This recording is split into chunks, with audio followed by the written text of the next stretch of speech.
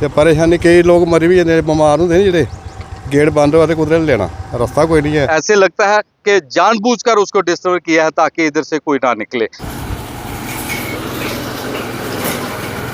इस समय हम उसी अंडरपास में मौजूद हैं बुद्धि के, और यहाँ पर आप देख सकते हैं कि बुद्धि रेलवे फाटक जो है वो बंद हो चुका है और लोग जो हैं वो इस अंडरपास का सहारा ले रहे हैं।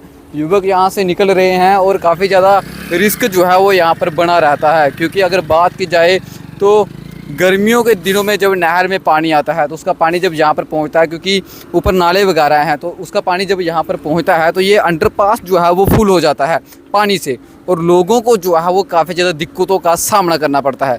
क्योंकि अगर बात की जाए तो रेलवे फाटक बंद रहता है तो यहाँ से एम्बुलेंस निकलती है, इसी रास्ते से बाइक्स बाहर निकलते हैं, गाड़ियाँ निकलती हैं छोटी, और कई बार गाड़ियाँ जो है वो यहाँ पर फंस जाती है। कम से कम भी अगर बात की, मैं इसी गांव का निवासी हूँ, बुद्धि में मेरे घर हैं, और बात की जाए तो कम से कम इतना पानी जो है वो इस अंडरपास में होता है। और देखिए कि इतना पानी होगा तो बाइक कैसे निकलेगी। कई बार लोगों की बाइकें यहाँ पर बंद हो जाती है और कई सारी दिक्कतों का सामना जो है वो लोगों को करना पड़ता है। यहाँ से जो है वो एक शख्स भी जो है वो निकल रहे हैं। जब फाटक बंद होता है तो लोगों को इसी अंडरपास का जो है वो सहारा लेना पड़ता है।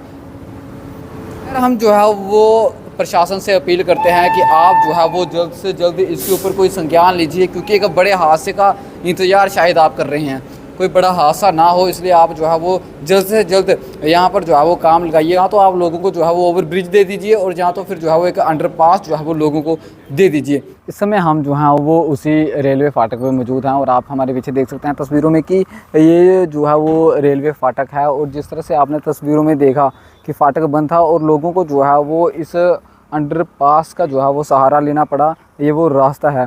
और जब ये फाटक बंद हो जाता है, गर्मियों के दिनों की अगर आप बात की जाए, गर्मी आने वाली है, लोगों को जो है यहाँ पर कड़कती धूप में जो है वो खड़ा होना पड़ेगा। कई बार बारिश लगती है तो तब भी लोग जो है वो यहाँ पर खड़े रहते हैं, क्योंकि अगर आप बात की जाए तो फाटक बंद हो जाएगा, जिसके कारण यहाँ पर जो है वो एम्बुलेंस भी जो है वो खड़ी हो सकती है।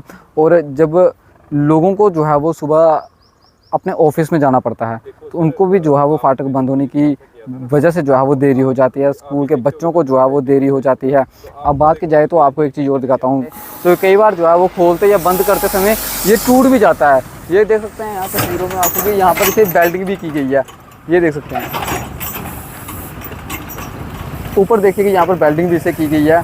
कई बार खोलते या बंद करते समय ये टूट भी जाता है, और तार जो है वो यहाँ पर लगाई गई है, तो उसकी वजह से जो है वो जब भी बंद हो जाता है तो एमरजेंसी गेट यहाँ पर जो है वो लगा दिया जाता है और लोगों को कह दिया जाता है कि आप जो है वो किसी और रास्ते से जाइए।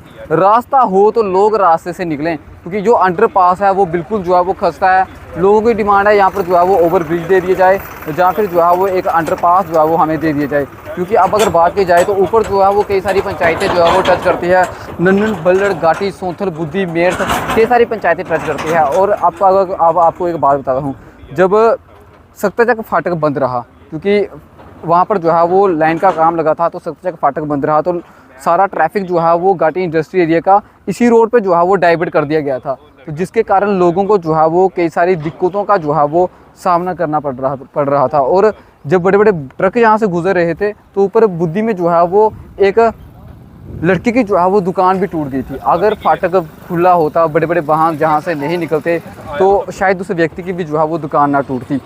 अब देखते हैं कि प्रशासन जो है वो कब तक इस पे जो है वो संज्ञान लेता है, क्या लोगों को मिलेगा अंडरपास और ओवरब्रिज, देखते हैं। अब बने रहिए कठुआ रियलिटी के साथ। से पंकज ब्लॉगर की रिपोर्ट, धन्यवाद।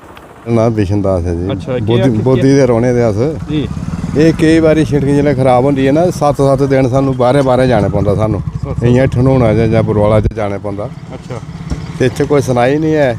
मैं ते बोलना भी जेह्ड़ा मोदी तक गल पुज्जनी चाहिए, साढ़ा रस्ता जेह्ड़ा ना बनना चाहिदा है, जां उप्परे बनी जा जां थल्ले बनी जा, पर रस्ता चाहिदा जी। जित्थों अस लंघने ना इन्ना पानी है, जाओ हुण भी दिक्ख लओ तुस, पानी हुण आए दे थल्ले, उत्थे बंदा पैदल भी नहीं जा सकदा है। ते प्रधानमंत्री तक गल साढ़ी पजाओ हूँ तुस महाराज, ते साढ़ा मतलब रस्ता ना जेह्ड़ा एह् बनना चाहिदा जरूरी।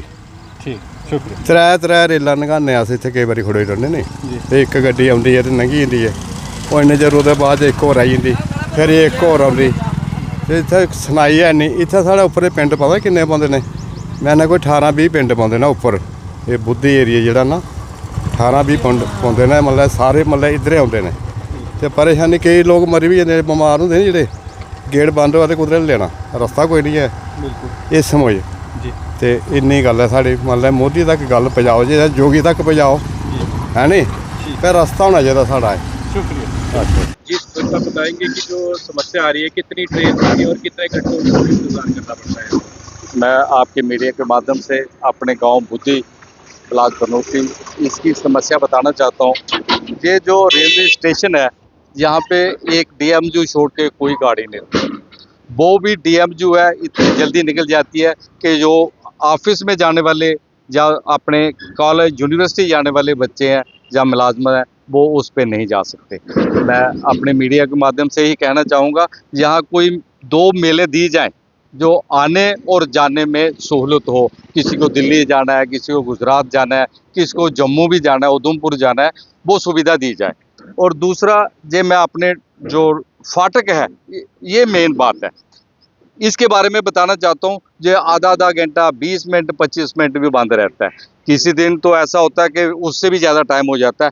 एक ट्रेन या 2 कई बार तो 3 ट्रेन निकालते हैं। मुझे नहीं पता है कि कानून क्या कहता है कि एक ट्रेन के बाद गेट खोलना चाहिए, लेकिन ये 3 ट्रेनें निकालते हैं। इसकी वजह से ही हमारे बच्चे और जो मुलाजिम अपने टाइम से निकले होते हैं लेकिन वो ऑफिस में नहीं पहुंच सकते। बच्चों के कई बार एग्ज़ाम होते हैं, वो इतने परेशान हो जाते हैं लेकिन उनको हल कोई नहीं दिखता है। तो दूसरा अंडरपास की अगर बात करें अंडरपास या ओवरब्रिज ये हमें सुविधा चाहिए। मैंने कई बार न्यूज़ में देखा है, पेपर में भी आता है 2025 तक ओवरऑल जो रेलवे अंडरब्रिज या ओवरब्रिज बनाए जाएंगे, लेकिन हमें यहाँ कोई दिखता नहीं है। इधर किसी गांव में कई अलग अलग गांव में कहीं छोटे छोटे गांव है वहाँ इन्होंने बना दिए, लेकिन यहाँ इतना लोड है, ट्रैफिक है। ये तकरीबन 10-12 पंचायतें पड़ती हैं, इनको इग्नोर किया जा रहा है। ये लोग बहुत परेशान हैं। अपने एडमिनिस्ट्रेशन को, अपने लीडरशिप डॉक्टर जितेंद्र सिंह जी से, अपने एमएलए राजीव जसरोटिया जी से ये विनती करता हूँ इस पे गौर किया जाए ताकि लोगों को राहत मिल सके। यहाँ पे जो अंडरपास बना उसकी हालत कैसी है? जो इनका अंडर ब्रिज है वो टेम्परेरी है, लेकिन वहाँ भी सहूलत नहीं दी जा रही है। वो बिल्कुल डिस्टर्ब कर दिया है। ऐसे लगता है कि जानबूझकर उसको डिस्टर्ब किया है ताकि इधर से कोई ना निकले। मुझे नहीं लगता कि इनको क्या दिक्कत है। कोई आज तक किसी ने कोई उधर गलत काम नहीं किया, कुछ नहीं किया, उसके बावजूद भी ये हमें सुविधा नहीं दे रहे हैं। थोड़ा सा खर्चे करने के बावजूद भी हमारे एमरजेंसी कवर हो सकती है। किसी को हार्ट अटैक है, किसी को स्नेक बाइट है, वो आराम से अपना फर्स्ट एड ले सकते हैं, लेकिन वहाँ पर भी गौर नहीं की जा रही है। मैं फिर विनती करता हूँ इस पे गौर किया जाए। हमें उम्मीद है इस पे जल्दी से जल्दी कोई कार्रवाई की जाए। आपने इसके समस्या को रिलेटेड किसी से बात की? आप हमारे गांव में या किसी भी कठुआ, बरनोटी, नन्नन पलड़, घाटी कहीं भी कोई लीडरशिप आती है तो हम उनके आगे ये फरियाद रखते हैं कि इसको अंडरब्रिज या ओवरब्रिज बनाया जाए। और ये अंडरब्रिज चाहे ओवरब्रिज भी हो, इसको 100 साल का टारगेट रखते हुए देखते हुए इसको 4 लेन ही करना चाहिए। चाहे हमारा रोड आगे पीछे सिंगल हो, डबल हो, लेकिन उसको 4 लेन करने से सुविधा रहेगी ताकि आने वाले दिनों में कोई परेशानी ना हो। जय हिंद, जय भारत।